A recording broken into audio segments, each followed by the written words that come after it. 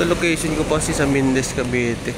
So ayan, ito yung munisipyo niya, and then yung papuntang munisipyo Palengke, and then ito yung munisipyo niya, medyo maliit lang siya. Ito yung papunta ng plaza. Yan yung simbahan, St. Agustin. So yan, I love Mendez. Ayan, oh. Ito yung parang pinakakuan nila. So at least kitang kita pag may mga kuan. Ayun, nandun yung plaza, yung may gym.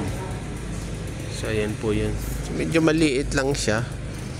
Hindi lang ako makapasyal kasi wala akong sariling sasakyan dito. Pero marami mga farm dito na pwede nyong pasyalan. So ayan, may ATM po siya, land bank, and then may bangko mabuhay dun sa baba na yun.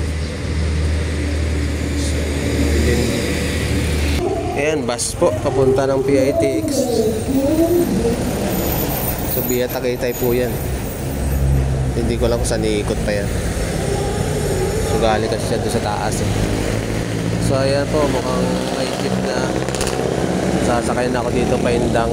So ayan, kung maliligaw kayo dito o plano nyo pumunta dito, mag-asla po kayo ng way kung paano pumunta dito, and then try ko po kayo sagutin. Maraming salamat po.